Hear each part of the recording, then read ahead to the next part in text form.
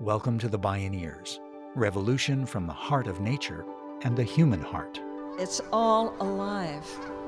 It's all connected. It's all intelligent. It's all relatives.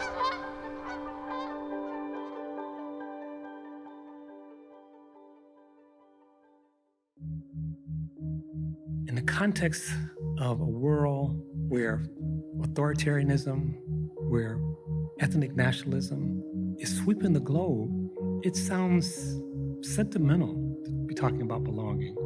That's the major story we're fighting about. Do we have a large we where everybody belongs? Where whales belong, where children belong? And I don't care if they're from Syria, or they're from Mexico, or if they're from Kansas, but everybody belongs. That's a really important but radical concept. In this program, racial justice advocates Eriel Deranger, John A. Powell, and Anita Sanchez explore how overcoming the illusion of separateness from nature and each other requires building bridges rather than burning them. They say the fate of the world depends on it. This is reweaving the web of belonging. The inside is not, and the outside is too. I'm Neil Harvey. I'll be your host. Welcome to the Bioneers, revolution from the heart of nature.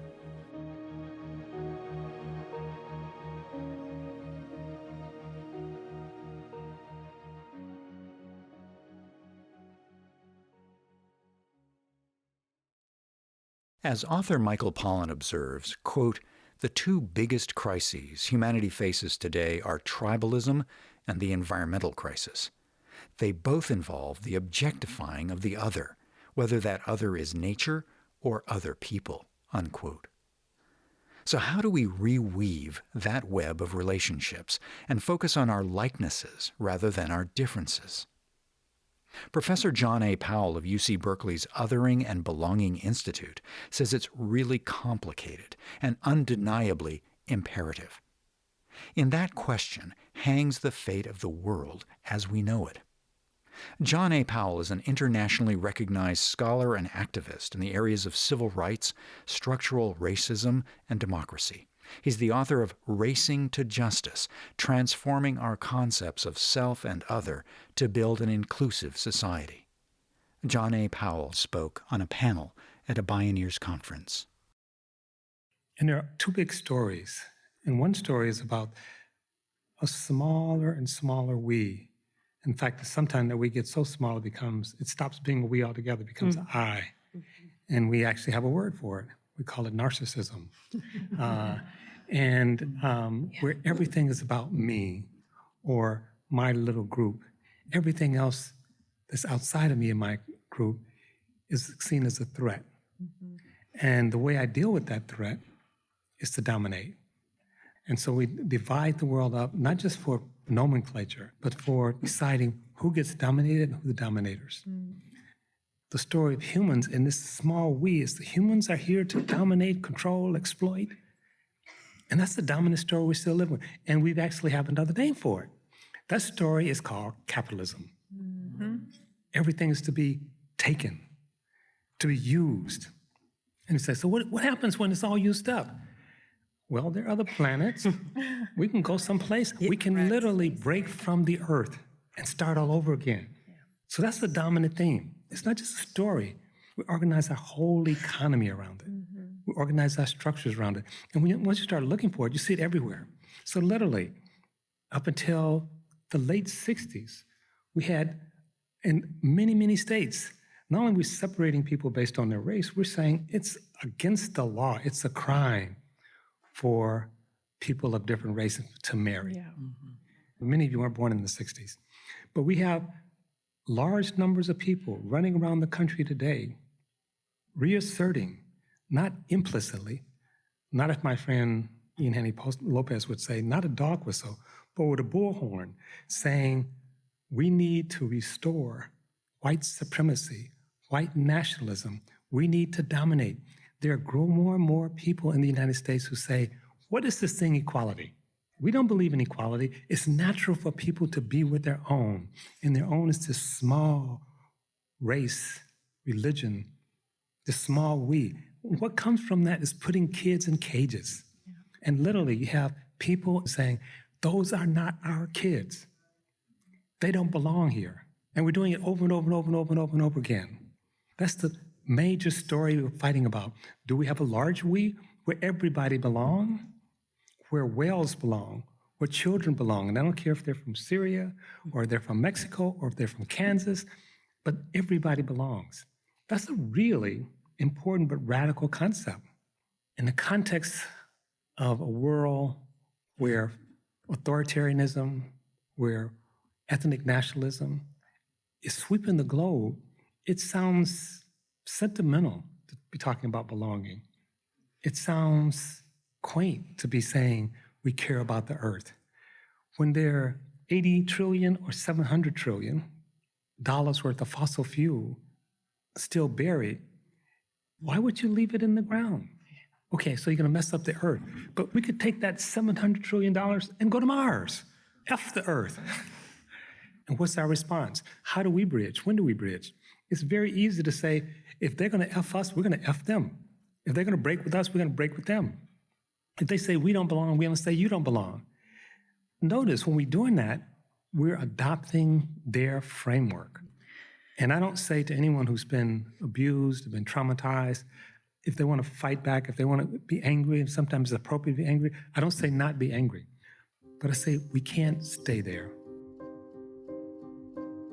It's complicated indeed.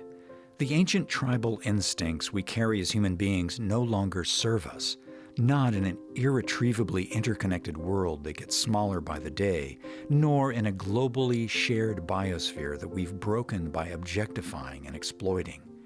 We've institutionalized the structures of dominators and dominated. We've built our economy and society on them. How do we build bridges rather than burn them? How do we change our societal pronoun from me, to we? Again, John A. Powell. One of the things about healing, you hear a lot about self-care, very small in the larger scheme of things. You can only do so much for yourself. Mm-hmm. If you're doing all your care by yourself, it's sad. Mm-mm. It is sad. Care really requires a community. Correct. Absolutely. I participate in a lot of mindful practice, and people are saying, it's like, first, do your work inside. And I always come back with Don Cherry, who's a beautiful jazz musician, and he used to say, the inside is not, and the outside is too. Yes, exactly. What he's saying is that duality between inside and outside is problematic. And healing, in part, is bridging with yourself. What we do and when we're broken, literally think about it, when we're really struggling, we say we're broken, meaning that we're no longer belong to ourselves. And we do that not in sequence, not sitting down in a cave by myself. It's like we do it in relationship. And part of what bridging requires is space to hear and engage in what's called empathetic and compassionate listening. Yeah. Now, again, we're suspicious of that. Like, this person just did something terrible to me. I don't want to hear from them. Mm-hmm. I don't want to know about their suffering. Mm-hmm. I'm pushing them outside the circle of humanity. And there are these wonderful stories of people who have suffered a lot and use their suffering as a bridge. And I say, because this is hard work, and because let's start off building short bridges. Don't go to the most extreme. And some of you heard me say when I talked to Pastor Mike, when he says, do I have to bridge with the devil? Mm-hmm. And my response is, don't start there. But also be careful who you call the devil. Yeah. Yeah. Because we know deep down inside, there is no other. So if I'm cutting myself off from someone, for whatever reason, I'm cutting myself off from myself. Yes. And that's the deep, profound spiritual work. Yes. So we have a we. And if the we does not become real, if belonging does not become real, the bad news is then the we does not survive. For those people seeking to build bridges where angels fear to tread, often it's the hellish predicament of damned if you do and damned if you don't. What do you do when your own group, attacks or shuns you for reaching out to bridge with the other? And what if there's plenty good reason to be suspicious and defensive? As an Indigenous person, Eriel Deranger has often found herself caught in that crossfire. She's a member of the Athabasca Chippewan First Nation. She comes from a family of Indigenous rights advocates fighting for the recognition, sovereignty, and autonomy of their Indigenous lands and territory in Canada. She co-founded Indigenous Climate Action and serves as executive director. She spoke at a Bioneers conference. And it's so hard to build those bridges. And I know as an Indigenous woman from Canada, you know, a lot of folks think Canada is like super, oh, you guys have great relations with your government. Indigenous people are so well represented. But the reality is that that's like a fallacy. There's this appearance that there's this construction of a bridge happening that never actually gets worked on. They've got all the tools laid out, and they've done nothing to build these bridges. It creates these optics and these illusions. And so over the years, we've seen this disenchantment from Indigenous folks not feeling like there's a sincere effort to build those bridges with us. And like that question is, who builds these bridges? Who takes the lead? Who takes on those responsibilities? And a lot of the folks that are invested, that are like making profit off of the marginalization of others, whoever those others are, and it's diverse in wherever you are. And those others can also be other beings, you know? Let's be real, this isn't just about humanity. The othering of other species as if those lives are less valuable. By sort of default, humanity has already othered ourselves from the rest of the natural world. And I feel like that's a huge challenge. And as an Indigenous person in Canada, navigating these places where a lot of my family, I'm the first generation to not be ripped out of my family's home and forced into a residential school or the boarding schools that they had in the United States. I'm the first generation. And so when you think about the trauma, the intergenerational trauma of like being fearful, not just of white people, like let's be real, fearful of the education system, fearful of systems of government, fearful of participating in those systems because they will take everything that makes you away. And so that you break and you divide and you put yourself like into these little boxes and you hide and you protect what you still have. And then when you step outside of those things, those people that hold all that trauma and pain, first they say, don't do it. And then when you do it, they say, oh no, now you're not a part of us. And so you end up in these struggles of like, how do you actually take the steps to build the bridge when there's so much hurt and there's so much trauma that is blocking the ability to build these bridges? Broken systems, broken people, broken trust in a broken world.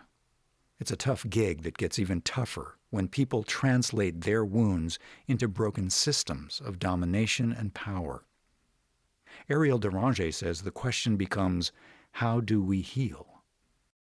It can be really hard when you have these traumas and these things that separate us. Mm-hmm. They separate us because things have been broken. You know, we've been broken, the traumas create these fear. And then that perpetuates into, if you have positions of power and domination and, you know, you enact oppression, and that can actually, that's where the break happens. The break happens when you actually deny the right for someone to belong to those groups, to the societies. And that's where the struggle comes on how we have to overcome these traumas. Healing is a fundamental part of getting to a place of stopping the othering and building those places of belonging so that we can effectively build those bridges without those coming after us and, you know, cutting those lines as we connect them.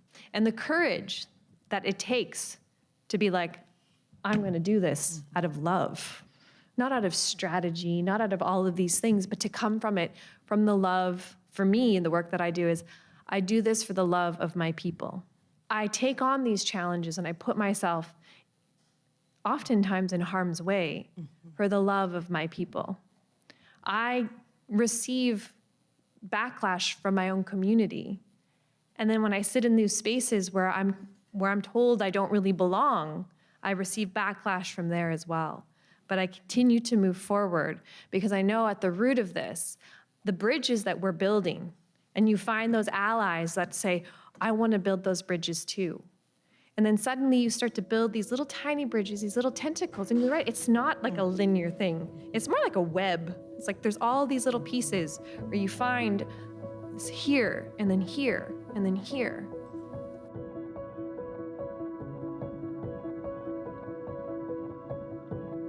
When we return, we hear from author Anita Sanchez on forgiveness as an act of transformation that can expand our circle of belonging. This is Reweaving the Web of Belonging on the Bioneers, Revolution from the Heart of Nature.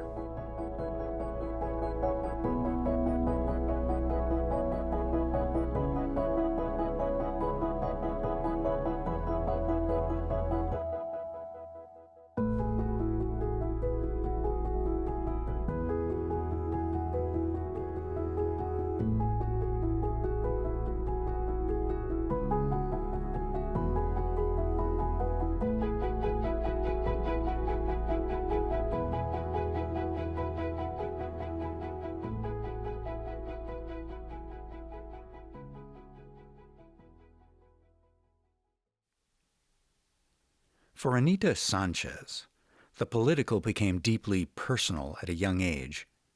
Today, as a highly experienced professional at the top of the game, working in the areas of diversity and inclusion, leadership, and indigenous wisdom, she attributes her work to the trauma of the race-based murder of her father. How do you forgive the unforgivable? As that little 13-year-old whose father was killed, murdered, he was an alcoholic, so he went every day to get a drink after work. After shoveling coal, he would go and get a beer. But that day in 1967, early that day in that corner bar, a white man and a black man were having a fight. And my father shows up in the afternoon.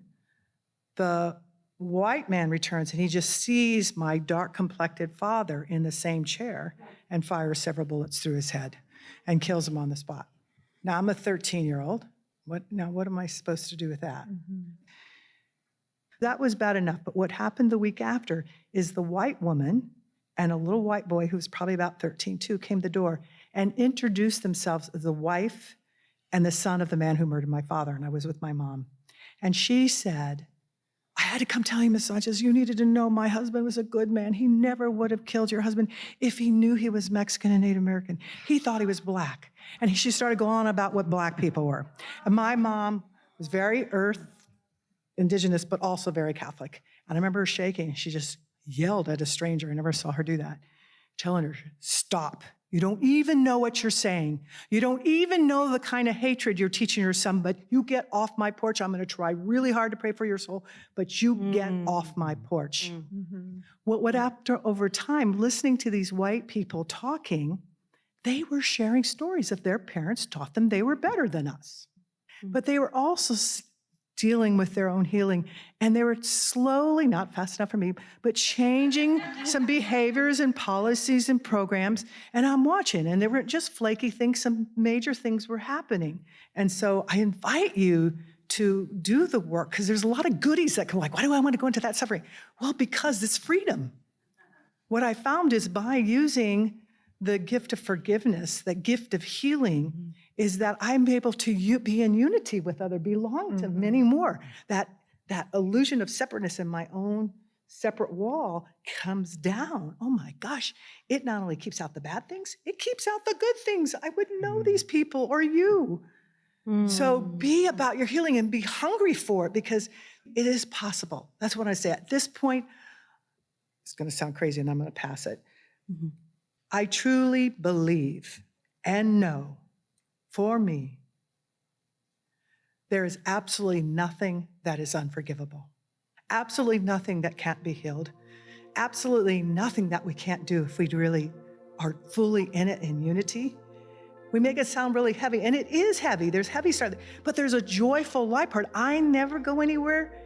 I'm never alone. I get lonely, but I am never alone, because that hoop of life only knows we. Well, I saw the loss. I saw what happens when we really hate each other. There is nothing that cannot be healed, says Anita Sanchez, if we are fully in unity, in community. And as Mohandas Gandhi said, an eye for an eye will make the world blind. But it's still really complicated. As they say in the sports world, no pain, no gain. Yet most people have an aversion to pain and suffering and to facing our fears, even if it may mean our ultimate freedom and greater peace. How do you reconcile these opposing forces? Eriel Deranger says that peaceful coexistence acknowledges our unity, but it also requires healthy boundaries, self-protection, and a supportive community. We often have this aversion to conflict, to pain. We want to minimize and mitigate our lives to be as painless and hurt-free as possible. But the reality is we need to be challenged in order to grow. And sometimes those challenges come with pain and adversity, and we need them. We also have to talk about how we protect ourselves. I see people put themselves in harm's way too much, having too much empathy that leads to them being abused or manipulated. And we have to be very careful about taking care of self, but recognizing that self is part of community. There's this really great book, I've read it 3 times, it's called Joyful Militancy. Yes. And it's really about how we absolutely have to be prepared for those to challenge our perceptions, even to challenge our core values. And that we have to not limit ourselves into those little silos, and that we have to bridge those divides. But we also have to be careful that, yes, that nothing is unforgivable, but that doesn't mean you need to have it in your life. Yes, exactly. You don't invite your abuser to live in your home, but you can forgive them. It's not simple we just need to have full compassion and open our doors to everyone. And if you're not compassionate and you don't want to accept me for my mistakes, even though I've hurt you over and over again, then you're not doing this right. That's not it at all. There's the need to create your own boundaries for your own preservation of self, so that you don't get traumatized, so you don't lead to those disconnections that actually will other you. And again, we need community in order to navigate these things with health and with grace. As John A. Powell says, don't start by trying to bridge with the devil. Yet in many ways, that's exactly what Nelson Mandela faced in South Africa. A life-and-death war against the colonial apartheid system founded in blood-soaked racial hatreds and divisions, othering of the highest order and the lowest depravity. Nelson Mandela is in prison in South Africa, and he's head of the ANC, which is fighting a war against the Afrikaners. So it's not a good situation. And literally, he's having family members killed by the South Africans. So he has reasons to be very concerned and a lot of anguish and suffering. There's a big riot in South Africa, and Soweto is sort of the heart of it, the Soweto riots. The issue that was lit the riot, the issue that was focused on was the Afrikaners decided that the instructions would be done in Afrikaner. So everyone would have to learn the oppressive language in order to go to school. And the people of South Africa, the blacks in South Africa, said no way, and they start rioting. At the same time, Nelson Mandela is asking his prison guards in Robben Island to teach him Afrikaner. And they do. And a couple of things happen. So one, when the prison guards started teaching him Afrikaner, they actually start trying to soften his position in prison. They're saying, you no longer have to break rocks. We actually begin to see your humanity, so you don't have to do all these terrible things. And he says, no, make no differentiation between me and all the other people in prison. So if you say no one has to break rocks, that's fine, but I will not accept special treatment. He's getting up in age already. Then he comes out of prison, and he meets with the president of South Africa. They're meeting about a ceasefire to stop the war that's killing thousands and thousands of people. And the president says, I think we can possibly do this, but first, you have to meet with the general who's head of the Afrikaner army and convince him. Now, this general has actually called Black South Africans monkeys. He says they're not human. He don't believe they can govern themselves, and he believed the whites can win the war. But he has to meet with Nelson Mandela. So he goes to Nelson Mandela's house And Nelson Mandela's servants lets him in. He sits on the couch. In front of the couch, there's a coffee table. And on the other side of the coffee table, there are chairs. And Nelson Mandela doesn't sit in the chairs. He comes and sits next to the general on the couch. The general is very uncomfortable. And Nelson Mandela says, "Would you like some tea?" The general says, "Yes." Nelson Mandela does not call his servants, and he has servants, to fix the tea. Nelson Mandela gets up, goes into the kitchen and fixes the general's tea, and comes back and serves him tea. This makes the general even less comfortable. And so the general said, "Look, I'm here to talk about a ceasefire. I think it's a terrible idea, but let's talk about it." And Nelson Mandela says, "Fine." So for the next 2 to 3 hours, they have a conversation about the ceasefire. The entire conversation takes place in Afrikaner. The general leaves Nelson Mandela's house, and his entourage says, "How did it go?" And he says, "I don't like this Nelson Mandela guy, but he can convince anybody of anything."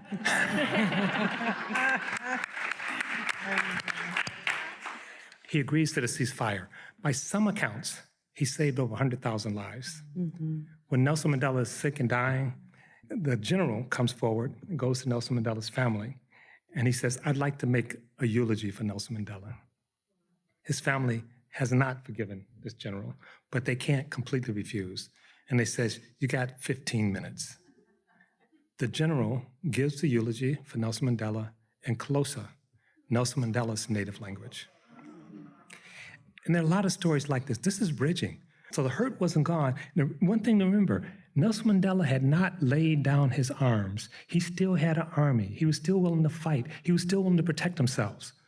But he also was willing to bridge. And so it's not sequential. It's a complicated, messy process, but it's real.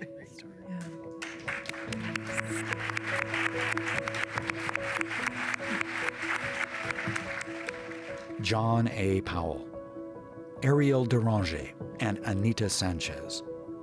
Reweaving the web of belonging. The inside is not, and the outside is too.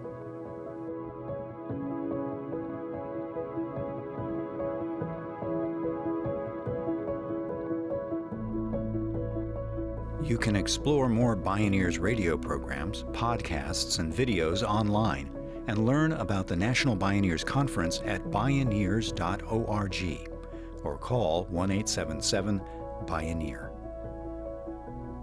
Executive producer Kenny Ausubel. Written by Kenny Ausubel. Senior producer and station relations Stephanie Welch. Host and consulting producer Neil Harvey. Producer Theo Grossman. Program engineer and music supervisor Emily Harris. My name is Neil Harvey. Thank you for listening. This is program number 242. This program was made possible in part by Guayaki Yerba Mate, working with indigenous farmers in South America to grow shade-grown organic yerba mate to inspire us all to come to life. Learn more about Guayaki's products and regenerative mission at guayaki.com.